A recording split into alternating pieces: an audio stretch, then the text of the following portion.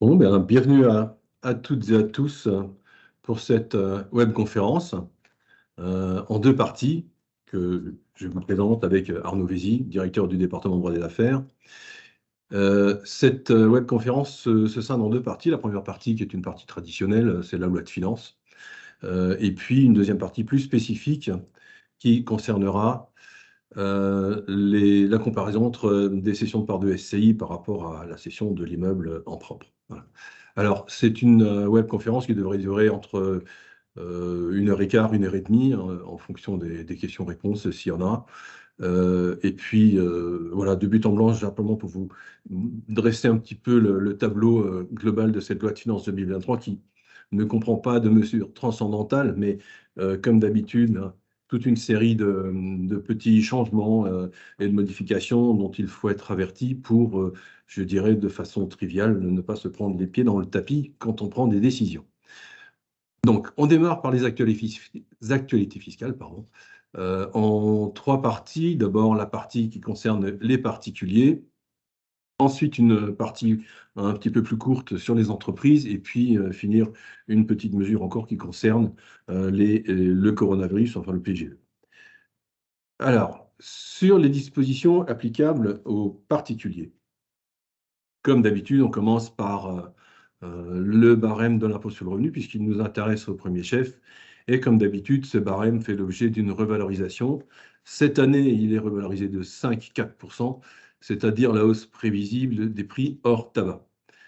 Les taux du barème n'ont pas changé, mais on peut quand même remarquer que la tranche supérieure atteint maintenant 168 000 euros. Elle était d'environ 160 000 l'année dernière. Donc on commence à avoir des chiffres très significatifs.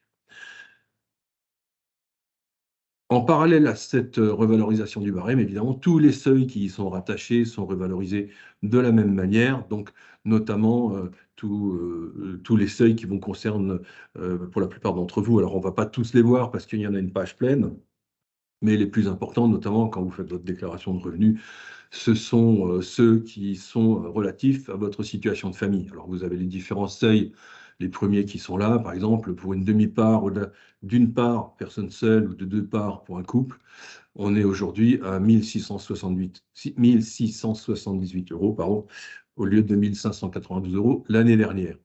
De la même façon, pour la part accordée au titre du premier enfant à charge, on est à 3 959 pour 3 756 en 2022. Donc, on est toujours là sur une revalorisation de 5,4%. Alors, je ne vais pas rentrer dans le détail de tous les seuils. Vous aurez, les slides vous seront transmis, donc le cas échéant, selon votre situation de famille, vous aurez accès à cette information. Donc ça, c'est pour les premiers seuils. Ensuite, on a toute une série d'autres seuils qui sont importants et qui sont relativement courants. Ce sont tous les seuils qui sont liés aux abattements pour rattachement d'enfants. Donc là, en l'occurrence, on serait à 6 368 euros au lieu de 6 042 l'année dernière. Donc là, par contre, ça commence à être un petit peu plus significatif, évidemment.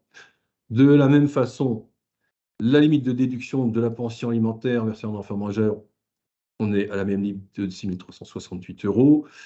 La limite de déduction, quand c'est un enfant majeur chargé de famille, cette fois-ci, on est à 12 000.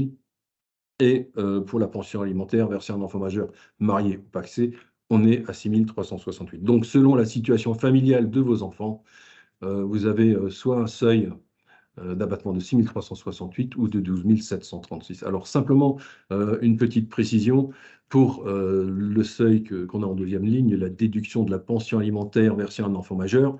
Cette déduction se fait sur la base des justificatifs. Donc, il faut justifier des dépenses correspondantes. Si vous n'avez pas de justificatif, vous pouvez éventuellement, pour un enfant majeur vivant sous votre toit, au titre des dépenses d'hébergement et de nourriture, déduire des frais dans la limite de 3 786 euros. Cette fois-ci, c'est sans justificatif. Donc, selon votre situation, effectivement, et la situation de vos enfants, vous avez éventuellement possibilité d'avoir une déduction fiscale. De la même façon, toujours lié au barème de l'impôt sur le revenu, la décote, qui ne s'applique pas très souvent, il faut quand même le dire, mais les seuils sont là et la revalorisation, donc la décote est, par exemple, pour une personne célibataire, divorcée, séparée, de la différence entre 833 euros et 45,25% du montant de son impôt. Donc ça, c'est plutôt simplement pour information pour ceux qui seraient éventuellement concernés.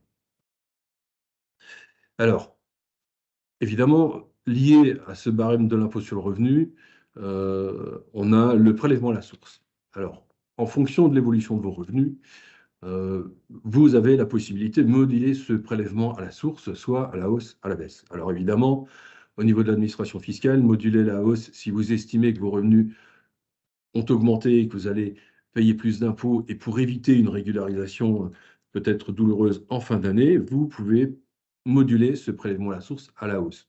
Il n'y a aucune limite, l'administration fiscale ne vous reprochera jamais de verser plus que nécessaire. Par contre, si vous prévoyez une baisse de vos revenus et voilà, que vous souhaitez anticiper cette baisse de revenus, vous pouvez moduler vos prélèvements à la source à la baisse, à condition que la différence entre le prélèvement à la source calculé par l'administration fiscale et celui que vous estimez soit supérieur à 5%. L'année dernière, il fallait que cet écart soit au moins de 10%. Donc, ça me donne l'occasion de vous dire que cette loi de finances, en fait, et vous le verrez par la suite, a essentiellement deux orientations. Parce qu'une loi de finances, il faut quand même le dire, c'est fait pourquoi? C'est fait pour orienter le comportement du contribuable. Et là, en l'occurrence, cette mesure, elle est faite pour favoriser un peu votre pouvoir d'achat, puisque vous avez possibilité, en cas de baisse de revenus, de moduler immédiatement à la baisse votre prélèvement à la source.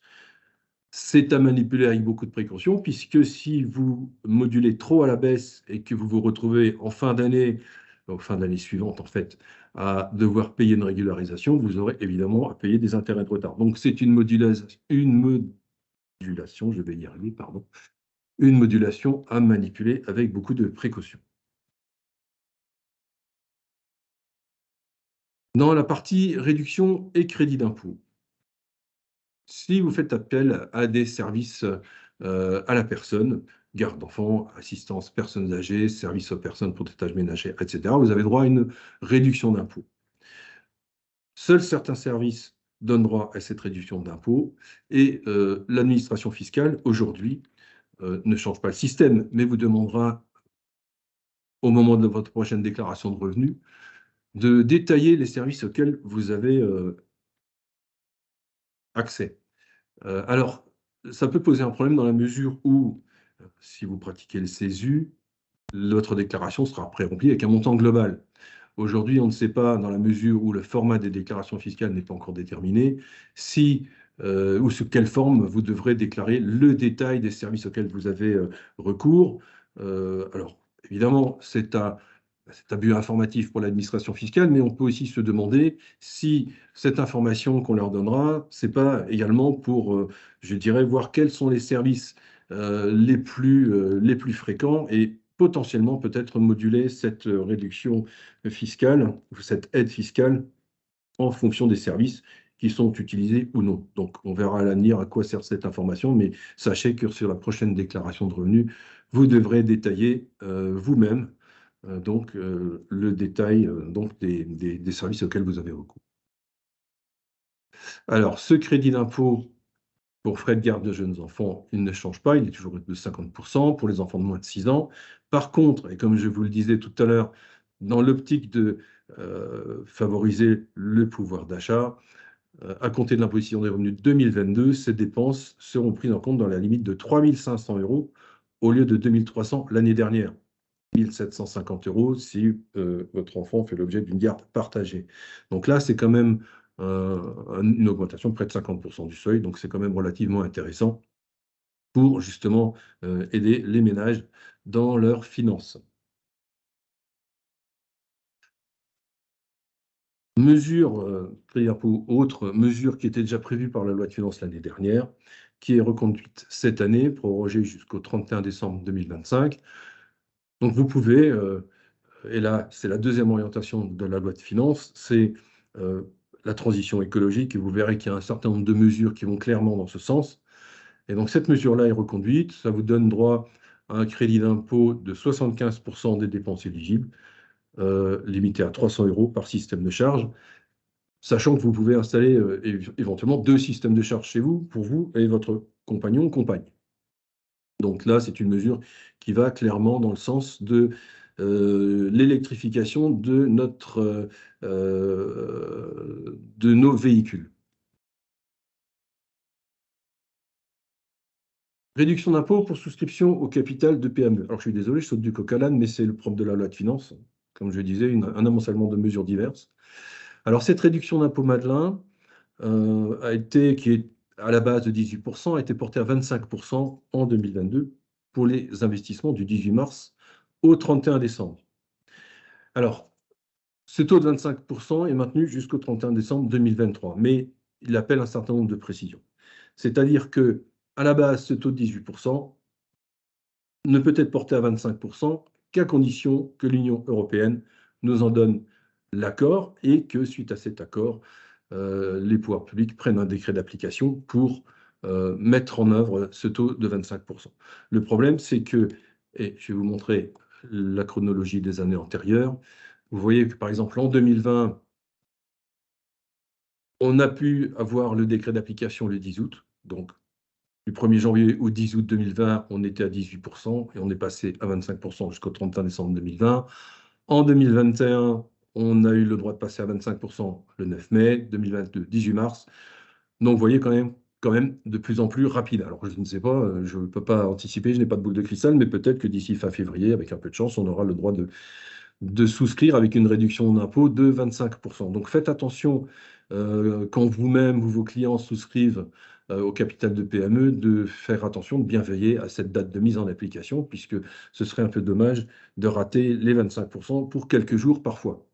Donc voilà, on espère que ce sera relativement rapide pour que les gens puissent bénéficier du taux maximum. Autre crédit d'impôt, mais qui suit, je dirais, le même schéma, c'est la réduction d'impôt pour souscription de parts de FCPI et de FIP. Donc ce taux est de 25% également. Il est reconduit jusqu'au 31 décembre 2023 et de la même façon, sujet à l'accord de l'Union européenne. Donc de la même façon, quand vous investissez en fin d'année, il y a de fortes chances que vous ayez le taux de 25%, mais forcément, je crois qu'il vaut mieux attendre la fin de l'année. Alors, on a vu le barème revalorisé de 5,5% avec l'ensemble des seuils qui sont attachés, la modulation du PAS, les différents crédits d'impôt, réduction d'impôt qui sont reconduits pour des années supplémentaires. Vous me direz, c'est un peu classique, chaque loi de finances prévoit ce genre de reconduction.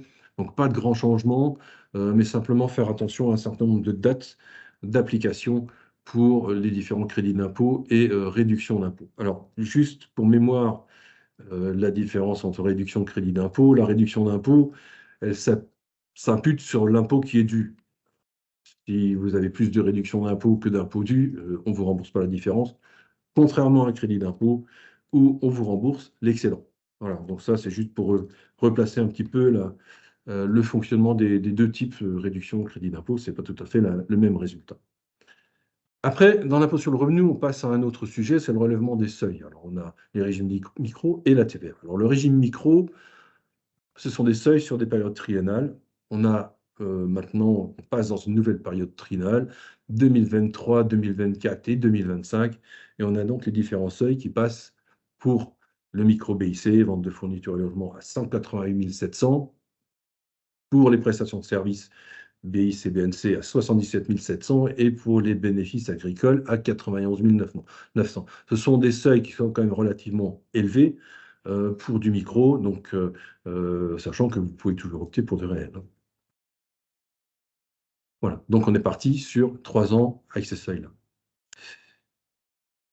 Alors, deuxième seuil, celui de la franchise en base de TVA. Alors celui-là, il faut y faire attention. On passe également sur une période triennale 2023, 2024, 2025. Sur les ventes de fournitures et de logements, seuil de droit commun, on passe à 91 900, seuil majoré 101 000. Les prestations de services, 36 800 et 39 100. Alors, c'est quoi la différence, seuil de droit commun, seuil majoré? En fait, si en 2023, par exemple, vous dépassez pour les ventes de fournitures et logements les 91 900, c'est pas grave tant que dans la même année, vous ne dépassez pas les 101 000. C'est-à-dire que vous avez une petite marge de manœuvre. Si vous dépassez les 101 000 en 2023, eh bien, vous passez en TVA à compter du premier jour du mois du dépassement. Ce qui veut dire qu'il faut y faire particulièrement attention parce que ça signifie que toutes les factures que vous avez faites entre le premier jour du mois et le jour du dépassement, eh bien, il va falloir les soumettre à TVA. Donc, soit vous contactez vos clients, vous leur demandez de payer le supplément de TVA, soit vous refaites vos factures en calculant la TVA en dedans et vous perdez un peu de marge. Voilà. Donc, ce sont des seuils auxquels il faut faire extrêmement attention pour l'année 2023, 2024, 2025.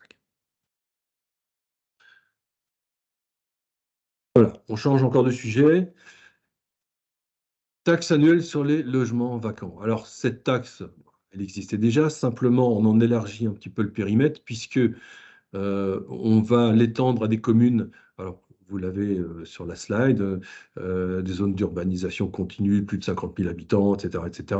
L'essentiel étant, pour y être soumis, c'est qu'il y a un déséquilibre marqué entre l'offre de location et la demande de logement. Et dans les communes ne respectant pas ces conditions, il existe un déséquilibre marqué, comme je disais, donc entre l'offre et la demande.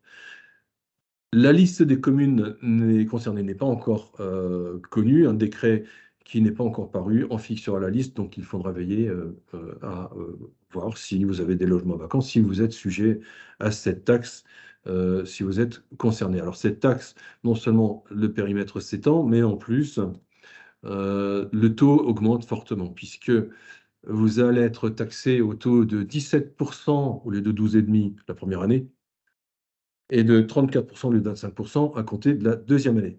Donc, ça peut faire, je dirais, des écarts relativement significatifs. Les impôts locaux. Révision des valeurs locatives des locaux d'habitation. L'administration fiscale s'est lancée depuis quelques années, ou en projet, la révision globale des valeurs locatives des locaux d'habitation qui sert de base à l'évaluation des taxes foncières. Alors, la loi de finances pour 2020 avait engagé ce processus, et notamment qui devait démarrer donc au 1er janvier 2023. Et la loi de finances donc 2023 reporte, je dirais, ce processus de révision au 1er janvier 2025. Voilà. Alors, il est quand même intéressant, à ce titre, que vous alliez voir, faire un tour sur votre espace personnel sur impôts.gouv. Vous y trouverez un onglet bien immobilier qui répertorie l'ensemble de vos propriétés. Et, je vous conseille d'aller voir parce que vous verrez peut-être que vous êtes propriétaire d'une piscine que vous n'avez pas déclarée, dans la mesure où aujourd'hui, les drones, ça fonctionne relativement bien. Voilà, donc vérifiez, c'est relativement détaillé, vérifiez ce qui est répertorié dans cet onglet, c'est relativement intéressant et très détaillé. Et je crois savoir, on m'a dit ça aujourd'hui, qu'il fallait, mais je le dis simplement sans vérification, mais parce qu'on me l'a dit aujourd'hui, qu'il fallait acter l'état, l'inventaire de ces biens sur info.gouv. Donc, allez, je vous conseille fortement d'aller faire un tour sur votre espace personnel. On passe au sujet des plus-values immobilières. Alors ça, c'est vraiment simplement de l'information parce que ce sont des mesures, je dirais, très spécifiques. Mais bon, voilà, c'est de l'information. Vous pouvez potentiellement y être sujet. Ce sont des exonérations d'impôts pour les ventes réalisées au profit d'organismes en charge du logement social ou qui s'engagent à réaliser et achever des logements sociaux dans un délai de 10 ans. C'est également possible pour tout autre cessionnaire, mais dans le cadre d'un engagement limité à 4 ans. Et donc cet avantage est prolongé jusqu'au 31 décembre 2023. Bon, tout le monde n'est pas concerné, mais potentiellement, sachez que ça existe si vous avez l'opportunité d'y avoir recours. De la même façon, et là on est dans la tendance, je dirais, écologique de la loi de finances, c'est pour éviter, comme on dit, l'artificialisation des sols et l'étalement urbain, plutôt que de s'étendre sur des mètres carrés, on va favoriser la surélévation, c'est-à-dire au lieu de s'étendre en largeur, on va s'étendre en hauteur. Et donc cet avantage fiscal est prolongé jusqu'au 31 décembre 2024.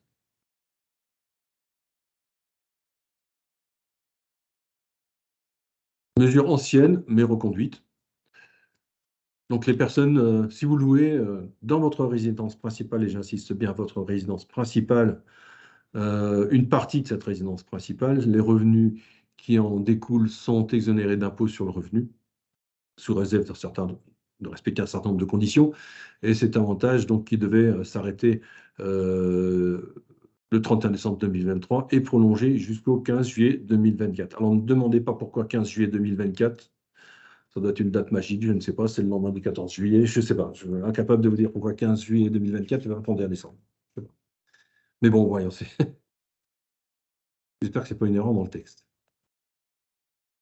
Ça, par contre, c'est une mesure extrêmement intéressante. Et là, on est en plein dans la transition écologique, et notamment dans les économies d'énergie, puisque, comme vous le savez, les déficits fonciers sont imputables sur le revenu global dans la limite de 10 700 euros à raison en dehors des charges d'intérêt, de l'incidence des charges d'intérêt, et cette limite est portée à 21 400 par an, 21 400 euros par an, au maximum, notamment pour les dépenses de travaux de rénovation énergétique qui permettent de passer d'une classe énergétique E, F ou G, autrement dit d'une passoire thermique, comme on dit, à une classe énergétique A, B, C ou D. Et pour les travaux donc engagés ou payés au plus tard le 31 décembre 2025. Alors ça suppose que on ait déjà un décret qui nous explicite clairement quels travaux sont éligibles. Et puis, ça suppose aussi que, pour démontrer que vous passez bien d'une passoire thermique à une classe énergétique plus performante, un diagnostic de performance énergétique, c'est pas dit dans le texte, mais je suppose que c'est une bonne façon d'y arriver, un diagnostic de performance énergétique avant travaux et un deuxième diagnostic après travaux. Et donc, cet avantage fiscal concerne donc des travaux payés entre le 1er janvier 2023 et le 31 décembre 2025 pour des devis éventuellement acceptés dès le 5 novembre 2022. Voilà. Donc, en attendant d'avoir le décret, vérifiez bien le jour où que vous rentrez bien dans le dispositif et que vos travaux sont bien spécifiés dans le décret, sachant qu'en général, ces décrets sont relativement précis sur la nature des travaux. Probablement qu'il y aura nécessité de faire appel à des professionnels RGE ou labels similaires, en tout cas pour garantir la bonne réalisation des travaux. On passe aux dispositions applicables aux entreprises. Alors, on l'avait vu sur les particuliers, juste pour résumer rapidement, pas de mesure transcendantale. La seule qui sort un petit peu de l'eau, c'est la mesure qui concerne les revenus fonciers pour ce complément de déduction. Voilà. En dehors de ça, ce sont des mesurettes ou des reconductions de crédit et de réduction d'impôts avec des revalorisations de seuil. Donc, rien de bien particulier, mais simplement faites attention quand vous entrez dans ces mesures d'utiliser les bons seuils. Voilà. Dispositions applicables aux entreprises. Alors, cas particulier, des subventions d'équipement. Les subventions d'équipement, qu'elles soient accordées par les pouvoirs publics, les collectivités, etc., on a la possibilité en fait de les rapporter les résultats l'année de leur obtention. Mais en général, c'est pas ce qu'on fait. En général, on les étale sur la durée d'amortissement des biens qu'on a financés. Et dans ce cas, comme dit dans le slide, on les étale dans le temps. La petite nouveauté, c'est que ce dispositif d'étalement s'applique aussi aux subventions d'équipement qui sont accordées, et la nuance est importante, par les organismes créés par les institutions européennes. Auparavant, c'était pouvoir public, collectivités et Union européenne. Et c'est destiné aux sommes perçues en raison d'opérations permettant la réalisation d'économies d'énergie. Donc on est toujours dans la même tendance, transition énergétique, transition écologique, à condition d'ouvrir droit à l'attribution de certificats d'économie d'énergie. Alors, les certificats d'économie d'énergie, en fait, ce sont des certificats qui sont accordés par les fournisseurs d'énergie en fonction des travaux que vous réalisez et en fonction de l'économie que vous faites en mégawattheure, etc. Donc là, je vous conseille plutôt d'aller voir, de googliser les certificats d'économie d'énergie. Moi, je l'ai fait. C'est pas super clair, mais voilà, sachez que pour avoir droit à ces subventions d'équipement, voilà, il faut des travaux éligibles au certificat d'économie d'énergie. Le plus simple, c'est peut-être de prendre contact avec vos fournisseurs d'énergie qui sauront certainement vous conseiller et vous aiguiller sur la façon de faire. Taux réduit de l'impôt sur les sociétés. Alors ça, c'est une réduction d'impôt, oui, enfin, c'est pas une réduction d'impôt, c'est un taux réduit qui a fait beaucoup parler parce que la loi de finances, en fait, ne donne pas de date d'application. Alors je vous le dis tout de suite, il n'y a pas de mystère. Par principe, quand la loi de finances ne donne pas de date d'application sur ce type de mesure, elle est applicable au bilan clos à compter du 31 décembre de l'année qui vient de clore, donc en l'occurrence 31 décembre 2022. Et donc on passe euh, à un taux donc, de 15%, mais sur une limite de 42,500 au lieu de 38,120. Bon, ça fait 438 € d'économie d'impôt, c'est pas très significatif, mais enfin, c'est déjà ça. Il faut savoir que ce taux, enfin, pardon, cette base, ce seuil de 38,120 n'a jamais été réévalué, contrairement au barème de l'impôt, réduction d'impôt, etc., de toutes ces mesures qui ont toujours fait l'objet d'une revalorisation annuelle. Là, c'est la première fois qu'on le revalorise, donc à 42,500, applicable au 31/12/2022. Par ailleurs, euh, à titre d'information, le taux d'IS aujourd'hui n'est plus différencié puisqu'il est égal à 25%, quelle que soit la situation euh, de, de l'entreprise en termes de chiffre d'activité, etc. Alors, ce taux de 15%, il est applicable aux entreprises qui respectent un certain nombre de conditions. Il est utile de savoir que ce taux de 15% peut s'appliquer à partir du moment où vous avez l'interposition d'une société, mais un seul étage, qui respecte les mêmes conditions. Un seul étage, j'insiste, on ne peut pas avoir une chaîne de 3 sociétés, de 4 sociétés. Donc, 42 500, applicable tout de suite.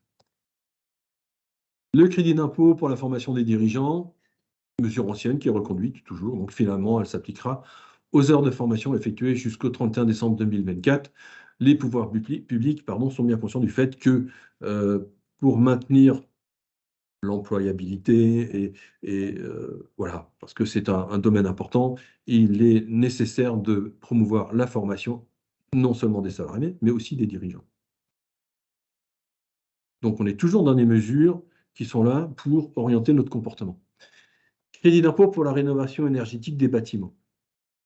Alors, c'est une mesure qui avait été mise en place par la loi de finances pour 2021, pour 18 mois environ. Un crédit d'impôt exceptionnel à destination des TPE et PME qui engageaient des travaux d'amélioration de l'efficacité énergétique. Donc, vous voyez, on est toujours au même sujet.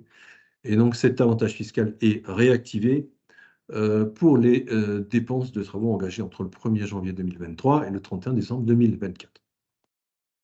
Donc, transition énergétique.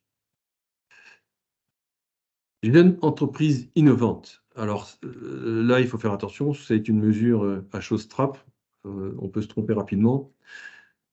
À compter du 1er janvier 2023, pour prétendre au statut de JEI, alors vous êtes peut-être JEI, vous avez chez vos clients, dans mon client des JEI, l'entreprise doit être créée depuis moins de 8 ans.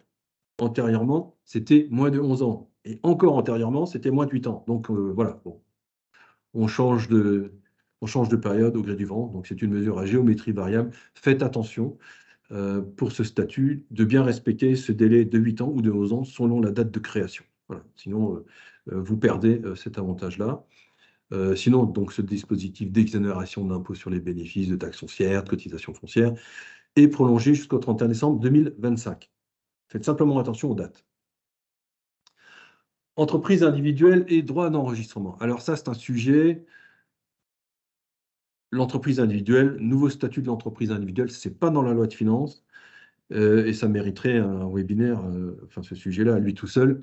Sachez simplement que les entreprises individuelles, pour ceux qui ne le savent pas, leur statut a changé. Je crois que c'était à compter du 15 mai 2022. En tout cas, c'était en milieu d'année, 15 mai, je crois, oui.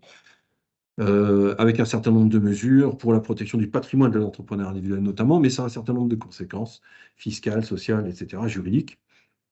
Et là, en fait, la seule mesure en loi de finances qui concerne ce nouveau statut, ce sont les droits d'enregistrement, puisqu'on considère maintenant qu'une cession d'entreprise individuelle est assimilée à une cession de part sociale, EURL ou EARL, et donc soumis au taux de 3% au-delà de 23 000 €. Antérieurement, le seuil était différencié en fonction du montant. 3%, enfin 0 jusqu'à 23 000, 3% jusqu'à 200 000, je crois, et 5% au-delà. Donc là, aujourd'hui, on est à 3%, quelle que soit la cession, puisqu'on considère qu'une entreprise individuelle cédée, aujourd'hui, ça revient à céder des parts sociales.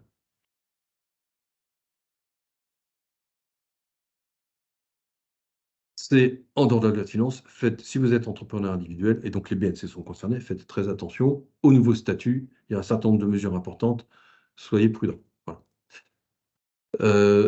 Suppression de la CVAE. Cette mesure a été engagée par l'administration fiscale les années antérieures déjà, puisque l'année dernière déjà, les taux de la CVAE avaient été divisés par 2. Cette année, c'est encore une fois le cas, et la CVAE disparaîtra définitivement en 2024. Donc, ça a pour conséquence que la contribution économique territoriale, CET, qui était jusqu'à présent composée de 2 éléments, la CVAE et la CFE, ne sera plus composée de la CFE, et du coup, on appellera ça CFE et non plus CET. Évidemment, ces mesures sont faites dans le but d'améliorer la compétitivité des entreprises par la suppression de cette taxe. Donc le plafonnement de la CVAE deviendra également, du coup, plafonnement de la CFE en fonction de la valeur ajoutée. Et dans ce cadre, pour la CFE du titre de 2024, le taux de plafonnement est abaissé à 1,25%.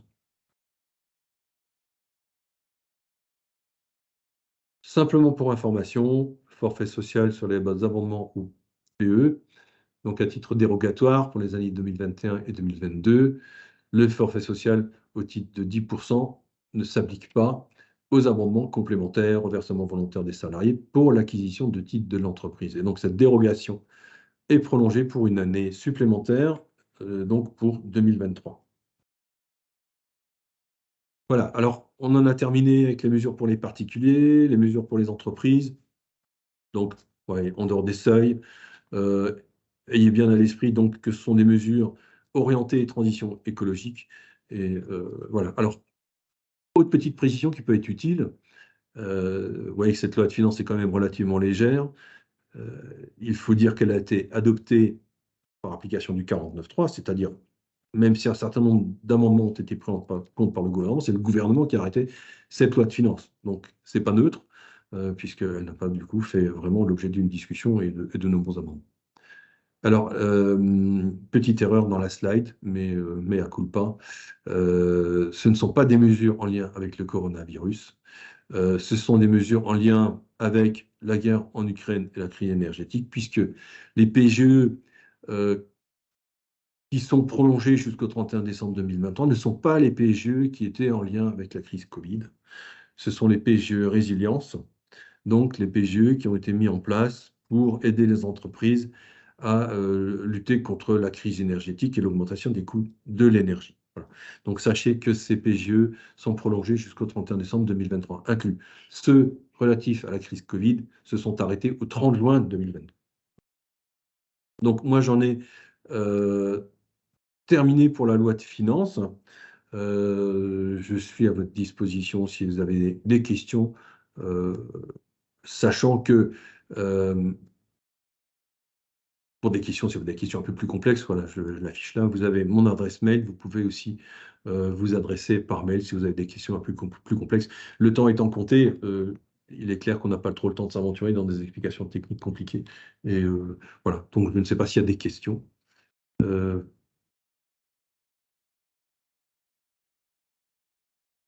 Oui, il n'y en a pas. Donc, oui, il faut dire que la loi de finances, en dehors de quelques mesures très particulières, n'a pas d'impact très, très, très significatif. Donc, je vous remercie. Je vous remercie et je vais passer la parole à mon collègue.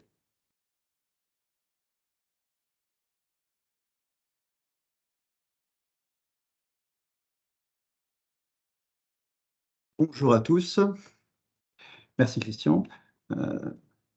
Au préalable, il s'agissait bien de Christian Berthold et pas d'Arnaud Vézy, comme c'était indiqué en bas à droite de votre écran. J'ai utilisé mon PC, mais bien entendu, c'était bien Christian Berthold. Donc,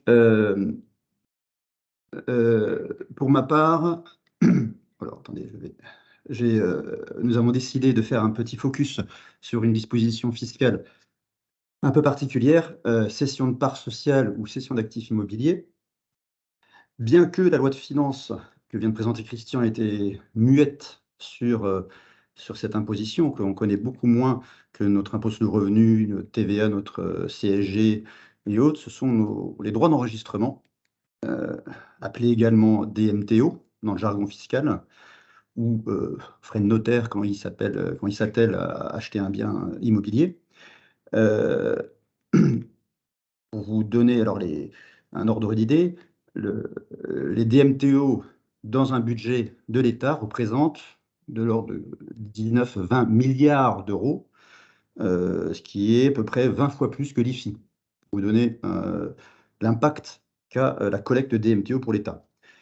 Alors, la hausse des prix de l'immobilier cumulée à la hausse des DMTO, parce que les DMTO sont passés de 4 à presque 6 points, 6% en l'espace de 20 ans, font qu'aujourd'hui, acheter un bien, mobilier ou immobilier, coûte très cher, de plus en plus cher en tout cas. Nous passons sous silence un mécanisme pourtant assez simple à mettre en œuvre, mais peu utilisé, qui consiste à vendre des parts d'une SCI, autre société, mais souvent SCI, plutôt que d'acheter l'actif immobilier. Et c'est l'objet de mon intervention pour vous sensibiliser à cette possibilité qui existe parfois, pas tout le temps, bien entendu, mais quand il y a possibilité, je vous invite à vous questionner sur le meilleur choix à faire. Donc, excusez-moi, je vais tout d'abord dresser les deux préalables pour pouvoir comparer ces deux opérations. Si vous devez choisir entre acheter un actif ou les biens d'une SCI, encore faut-il que le bien soit dans une SCI. C'est une palissade, mais ça m'amène tout simplement à me poser une question qui est pourtant saugrenue. Il y a peu de gens qui achètent encore un bien immobilier via une société civile immobilière. Le, le fait est que si vous achetez un bien seul ou avec votre conjoint, ça s'appelle une indivision, hein, tout simplement, ou que vous ayez hérité un bien, vous êtes donc en indivision successorale avec vos frères et sœurs, votre parent, voilà, vous êtes en indivision. Et une indivision est très pénalisante par rapport à une SCI. Alors, je ne veux pas aller trop dans le détail sur les inconvénients que engendre le fait d'être dans une indivision. Je vais en donner 3 sur le fonctionnement d'une indivision, la fiscalité et la transmission, et vous expliquer que c'est tout simplement moins bien qu'être en société. Le fonctionnement, donc très simplement, être en indivision, c'est unanimité obligatoire pour toute décision, droit de sortie unilatéral. Fiscalité d'indivision, c'est déjà, vous n'aurez jamais de compte courant d'associé. J'y reviendrai un peu plus longuement dans mon exposé. Vous n'aurez jamais la possibilité d'opter à l'IS, parce que vous êtes en indivision et pas en société civile immobilière, donc vous subirez les revenus fonciers. Ce n'est pas l'objet de mon intervention, mais des revenus fonciers, c'est au bas mot 40, voire 60% d'imposition. Et en plus, même en termes d'IFI ou de droit de succession, il y a des inconvénients à être en indivision. Là encore, ce n'est pas l'objet de mon intervention. J'insiste juste sur les inconvénients de l'indivision. La transmission, en transmettant la nue propriété d'un bien immeuble, vous perdez son contrôle et vous privez d'une partie des revenus. À l'inverse, si vous l'achetez via une société civile, vous pouvez transmettre une société civile tout en gardant le contrôle de la société et en captant l'intégralité des revenus. Donc, retenez une chose, c'est que lorsque vous achetez un bien, posez-vous la question de savoir s'il n'est pas opportun de l'acheter via une société, tout simplement, souvent SCI. On pourrait même imaginer, pourquoi pas, une SAS à prépondérance immobilière. Donc, la question est, on ne se la pose pas assez, je suis surpris, mais quand on se la pose, l'évidence vient souvent donc, dans de nombreux cas, vers le choix de la société.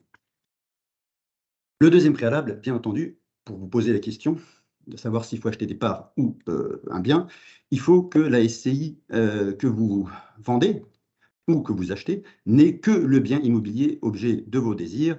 Sinon, s'il contient plusieurs biens immobiliers, acheter les parts vous fera acheter tous les biens immobiliers, même ceux que vous ne voulez pas. Donc, il est évident qu'il faut... Je préconise d'ailleurs, de manière générale, quand vous achetez un bien, faire une SCI par bien immobilier. Voilà. Maintenant, je vais passer sur plusieurs points de comparaison entre l'achat de titres et l'achat d'actifs. Alors, le premier est d'actualité. Il consiste à dire qu'en achetant des parts d'une société existante, vous bénéficierez, à supposer qu'il y ait bien entendu encore un emprunt en cours dans la société, souvent d'un taux d'intérêt bancaire existant intéressant. Pourquoi? C'est très simple. Acheter des parts vous fait bénéficier de l'emprunt existant qui a souvent été conclu à un taux d'avant 2023-2022, donc plus intéressant parce que je vous rappelle que nos partenaires bancaires nous sont toujours surpris de la hausse phénoménale qui a eu lieu en termes de taux d'intérêt dans les 10 derniers mois. Ils n'ont jamais vu des taux qui augmentaient de 0,5 points par mois. C'est phénoménal. Même encore aujourd'hui, en 2023, les taux augmentent énormément. Donc, acheter des parts aujourd'hui, vous rentrez tout simplement dans l'ancien prêt avec ces taux intéressants. Sauf quelques cas de crédit immobilier dont les taux étaient historiquement déjà assez élevés. Alors, les deux conditions à respecter, bien entendu, pour bénéficier des taux existants, c'est d'informer le banquier qui a octroyé le prêt en fonction de l'ancien propriétaire. Le prêt est un contrat à titre personnel. Il s'agit de demander l'autorisation de substituer à l'ancien propriétaire, ce qui ne posera aucune difficulté. Et la deuxième obligation, bien entendu, est que si le propriétaire des parts de la SCI sait porter caution personnelle, ce qui arrive, hein, bien entendu, il faudra se substituer à lui avec l'accord du banquier, bien entendu, pour remédier à tout éventuel défaut de paiement. Mais passé ces deux petites obligations, le taux d'intérêt vous bénéficiera en totalité, enfin le taux d'intérêt existant en tout cas. Alors, je fais maintenant un petit focus sur la comparaison entre achat d'actifs ou des parts en termes de formalisme. Là encore, le formalisme est un peu moins lourd à acheter des parts. Pourquoi? Très rapidement, alors les diagnostics immobiliers, vous avez tous acheté un appartement. Je ne les connais pas tous, mais me semble-t-il, il y en a une bonne dizaine, entre le DPE, le plomb, le gaz, l'électricité, j'en passe. Bon, je crois 150 € le diagnostic, c'est une petite économie. Même si acheter des parts, vous pouvez faire les diagnostics, hein, même en achetant des parts sociales, vous pouvez demander à ce qu'ils soient réalisés, ça va de soi. La deuxième raison pour laquelle le formalisme est un peu moins compliqué, c'est qu'il n'y a pas de modification du livre foncier alsacien, qui s'appelle Publicité foncière en Vieille-France, tout simplement parce que vous achetez, la SCI reste en place. Donc il n'est pas question de modifier le propriétaire. Et vous ne le savez peut-être pas, mais les taxes de publicité foncière sont assez lourdes et elles sont proportionnelles au prix d'ailleurs, comme souvent, donc pour l'économie peut être substantielle. Et enfin, le fameux DPU, alors ça, il est à faire systématiquement en achetant un bien immobilier. Vous ne le savez pas, mais c'est votre notaire qui le fait pour votre compte, bien entendu, qui le purge. En achetant des parts, il est parfois pas obligatoire. Voilà, un peu, je passe aussi le détail des cas dans lesquels il l'est ou il l'est pas, parce que de toute façon, ça ne vous intéressera pas.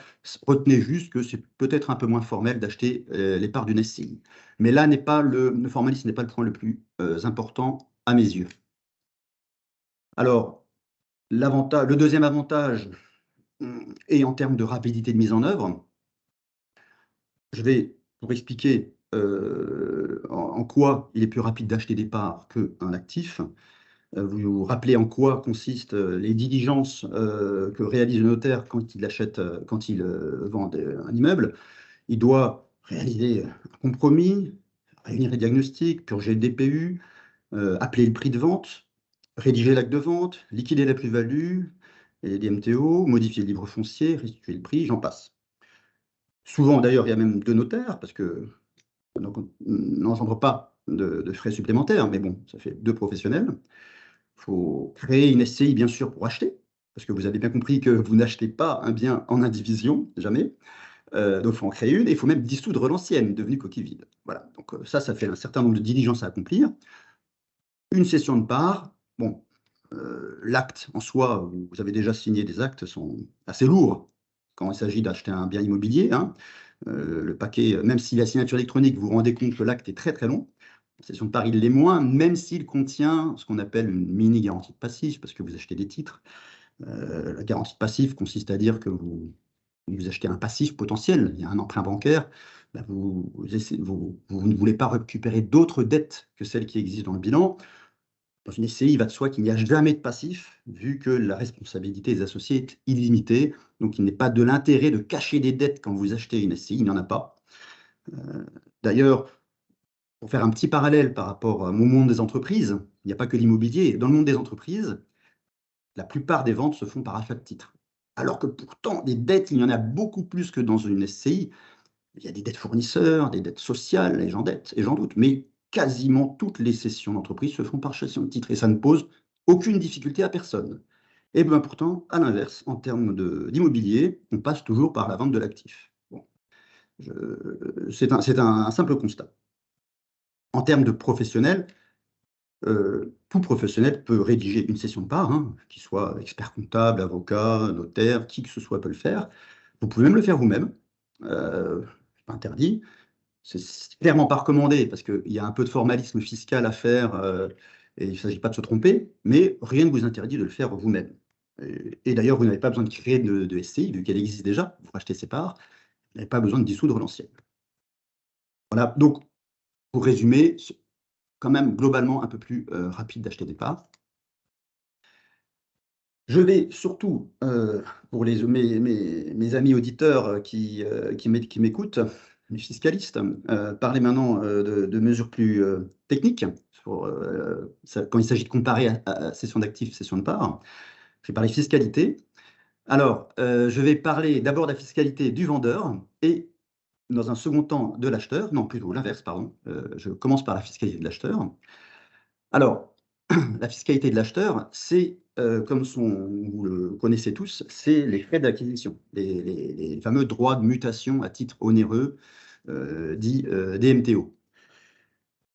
Les DMTO sont différents quand vous achetez un immobilier. Le taux est différent. Ne me demandez pas pourquoi. C'est d'ailleurs surprenant. Vous achetez un bien, ça coûte 5,7. Vous achetez des parts, ça coûte 5. Alors, on ne sait pas pourquoi ils ont fait une différence. Vous me direz, c'est que 0,7. Mais rappelez-vous, hein, acheter un bien immobilier, c'est 9% au global, parce qu'il n'y a pas que les 5,7 de droit.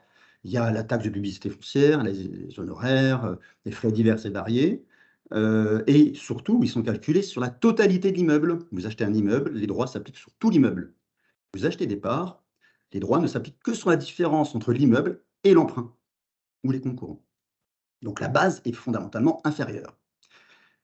Et enfin, troisième avantage, si la cession de parts s'accompagne d'une cession de compte courant d'associé, je vais y venir dans le slide d'après, eh bien, aucun droit d'enregistrement ne s'appliquera sur la partie du compte courant d'associé. Alors, ça va de soi, mais si vous achetez un immeuble, il n'y a pas de compte courant d'associé. Compte courant d'associé est une notion comptable qui n'existe qu'en société. Voilà, donc les trois avantages pour l'acquéreur sont évidents. Je vais faire maintenant un petit focus sur ce que j'appelle la fiscalité avantageuse du compte courant d'associé, la magie du compte courant. Alors, un peu de comptabilité. Travail, FIBA est un cabinet d'expertise comptable, donc j'ai le droit. Le compte courant d'associé n'est pas matérialisé quand vous achetez ou vendez un immeuble. C'est normal, je viens de le dire, un immeuble, c'est un actif dans lequel il n'y a pas de compte courant. À l'inverse, si la comptabilité de la SCI fait apparaître l'existence d'un compte courant d'associé, vous vendrez en réalité des parts et un compte courant d'associé.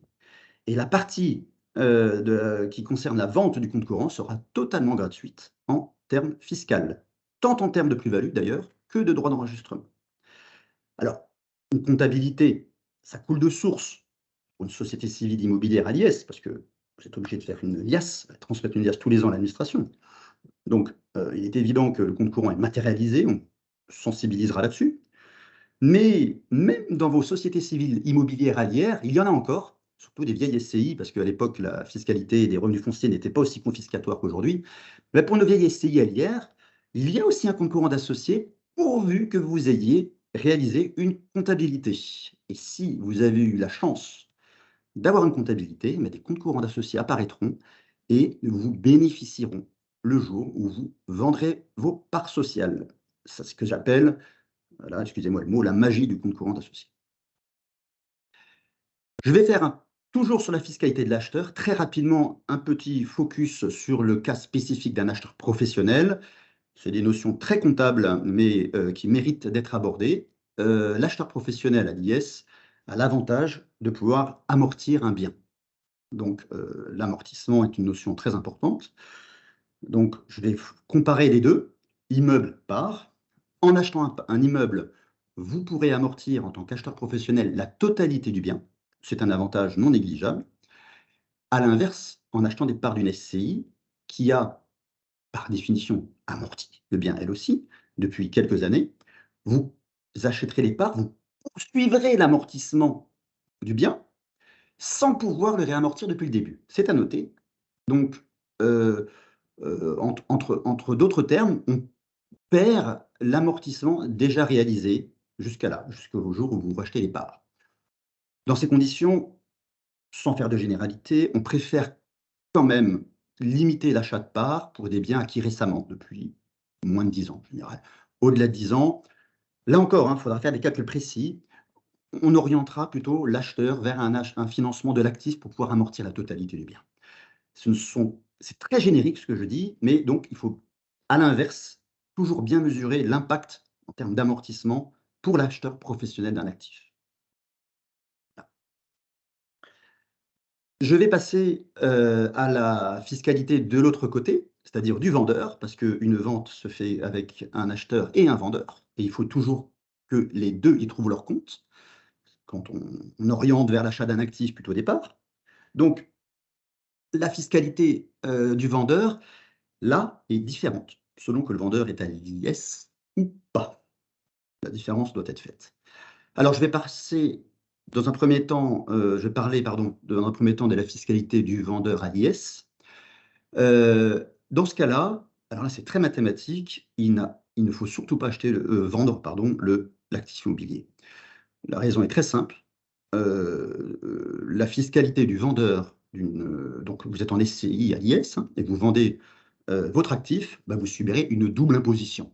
Très simple, vous paierez d'abord de l'IS sur la plus-value, c'est votre SCI qui vend, donc elle va payer 25% d'IS sur la plus-value brute, enfin la plus-value. Et une fois le prix perçu et l'IS acquitté, vous devrez de nouveau payer 30% au titre de l'impôt de distribution, la flat tax, 30%. Voilà. Donc, ça s'appelle une double imposition. Je peux dire que c'est confiscatoire. Parce qu'entre le net dans la poche et le prix payé, il y a une différence. À l'inverse, vous vendez les parts, bon, il y a une fiscalité à l'IS, bien sûr, c'est 30% sur la vente des parts. Alors, peut-être que la base est légèrement plus importante, mais vous ferez le calcul dans tous les sens. C'est de toute façon plus intéressant de vendre les parts que l'actif immobilier dans une SCI à l'IS. Je suis désolé d'être technique pour ceux qui ne sont pas experts comptables, mais la matière est technique. Je vais parler maintenant de la fiscalité du vendeur d'une SCI à l'IR. Là, je dirais que par principe, la fiscalité est identique. Donc, dire pourquoi, normalement, le vendeur d'une SCI à l'IR est imposé de la même manière qu'il vende l'actif ou ses parts. Pourquoi? C'est le principe. Ça s'appelle de la plus-value immobilière, dans les deux cas. Alors, je ne veux pas aller dans le barème qui est très complexe. Enfin, si, il est quand même complexe. Il y a une exonération totale de plus-value au bout de 22 ans, dans les deux cas. Vous vendez les parts ou l'actif. Et total de CSG, de prélèvements sociaux, de 17,2 au bout de 30 ans. Voilà, donc ça c'est la base. Sur les abattements par durée de détention, on appelle comme ça, qui sont identiques. Et les plus-values, c'est-à-dire la base imposable, elle est aussi égale. Je note une petite erreur, excusez-moi, dans le slide, il manque un ENT. Tout simplement, les bases sont similaires. Là aussi, c'est technique, mais on peut dire que si les bases sont identiques, soit ne sont pas pareilles, on augmente les prix d'acquisition du fait d'une jurisprudence kéménaire pour que l'imposition soit in fine la même que vous vendiez l'actif ou les parts. Là aussi, le retraitement kéménaire est une manière très technique que je vous invite à creuser le jour où la question se posera. Donc, ce n'est vraiment pas l'objet de mon intervention. Alors, le vendeur à l'IR a la même fiscalité. Donc, finalement, le choix, vous allez me dire, est identique. Non, parce qu'il y a deux exceptions. des cas où, dans un sens ou dans l'autre, il se peut qu'on vous oriente vers la vente de l'actif ou des parts. Alors, en faveur de la vente d'un actif immobilier, il y a des cas où vous aurez clairement l'avantage, dans une SCI IR, c'est que le vendeur d'actifs immobiliers a le droit de déduire de sa plus-value taxable tous les travaux réalisés au réel, sur facture, et s'il n'a pas de facture ou qu'il n'a pas fait de travaux, il a le droit de déduire un abattement de 15% forfaitaire sur les travaux et de 7,5 sur ce qu'on appelle les frais d'acquisition. Tout ça, permet de minorer la plus-value imposable pour le vendeur du bien à l'IR. À l'inverse, en vendant des parts d'une SCI IR, vous n'en bénéficiez pas du tout d'abattement de travaux et vous avez la possibilité, par contre, de déduire les frais d'acquisition, mais pas en forfait, il faut le justifier. Alors, vous justifierez en général que de 5% des droits d'acquisition. Voilà, ça c'est en faveur de l'actif. Là encore, il faut faire des calculs, parce qu'à l'inverse, il se peut que ce soit la cession de parts qui soit plus importante, pardon, plus avantageuse, parce que, nous l'avons vu précédemment, la SCI que vous vendez, vous vendeur, révèle des comptes courants d'associés. Ces fameux comptes courants d'associés dont je vous ai parlé, qui existent dans la SCI LIR parce que vous avez fait une compta, eh bien, la base d'imposition à la plus-value sera minorée d'autant, parce que le compte courant d'associé ne subit ni les DMTO pour l'acheteur, ni la PVI pour le vendeur. C'est vraiment un outil très puissant. J'en profite pour une petite astuce. Voilà, je voulais en parler, même si là, c'est un cas très théorique, en faveur de la cession de parts cette fois. Alors, c'est si vous avez une chance extraordinaire d'avoir oublié, conservé une vieille SCI, qu'on appelle coquille vide, vous l'avez constituée il y a 25 ans avant de vous marier, et vous n'en avez jamais rien fait, il n'y a rien dedans. Et vous allez l'utiliser là aujourd'hui pour acheter un bien. Et voilà, par la plus grande chance, bah, vous arrivez à revendre. Vous avez un acquéreur un an après, avec une grosse plus-value. Et bien là, il y a une petite astuce. Avec précaution, il s'agit de voir votre expert comptable, eh bien, vous n'allez pas revendre cette fois-ci l'actif, mais vous allez vendre des parts. Et bien là, bizarrement, la plus-value, elle va pas être de 1 an, parce que vous vendez des parts que vous avez créées il y a 25 ans. Donc, vous aurez l'ancienneté des parts, donc quasiment pas de plus-value. Et voilà, alors ça consiste, c'est quand même assez, on est à la frontière du mini abus de droit, très prudent, mais je dirais que voilà, le cas peut se poser en faveur de la cession de parts. J'ai essayé d'être le plus objectif possible pour vraiment vous sensibiliser au fait que la question se pose selon les cas. Alors, je suis allé très vite, pour ne pas vous endormir. Alors, je vais passer tout de suite à mon dernier slide qui est le plus important, c'est-à-dire l'approche bancaire. Qui dit acheter un bien immobilier ou acheter des parts sociales de SCI, dit se rapprocher de son banquier, à moins que vous preniez un financier comptant, bien entendu. Et la position du banquier est de longue date, clairement en faveur du financement du bien immobilier. Alors, pourquoi? Je ne sais pas, parce qu'ils n'ont pas du tout cette crainte quand il s'agit de faire un LBO, hein, c'est-à-dire acheter des parts d'une société commerciale, mais ils l'ont en achetant l'actif, pour de raisons que j'ignore.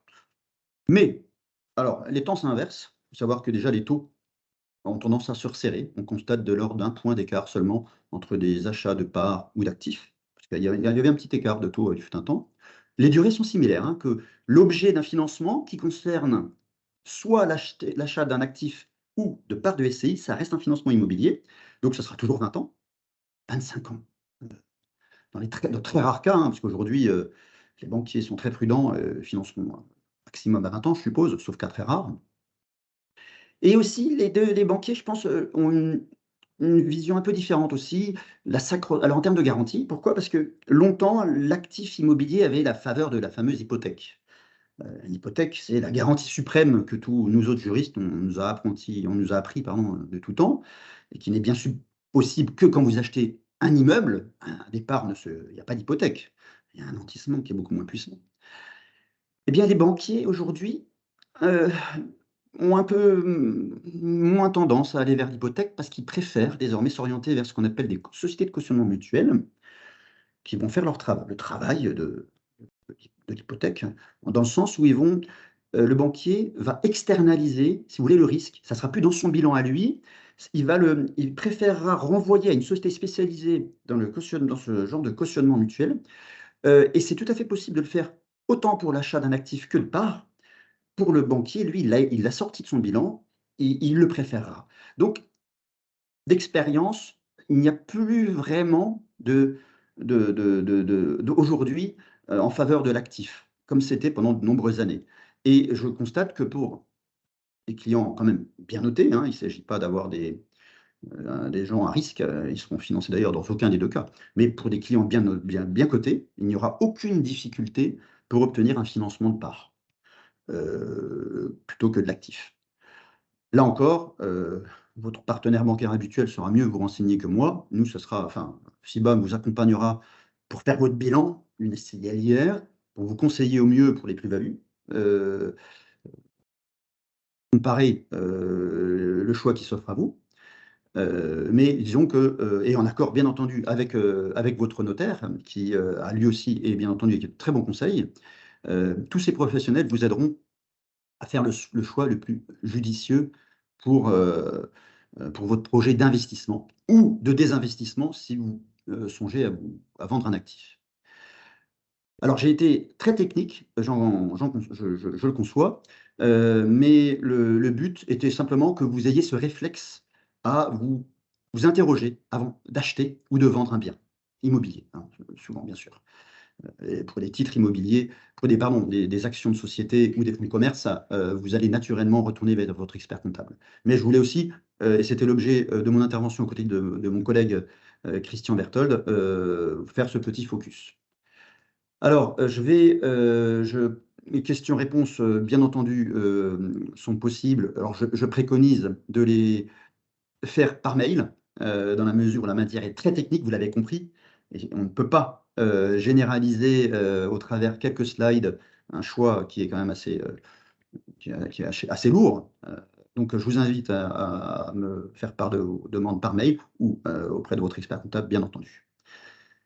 Je vous remercie pour votre attention. Merci Christian aussi. Je vous souhaite à tous et à toutes une excellente fin de soirée et au plaisir de vous rencontrer.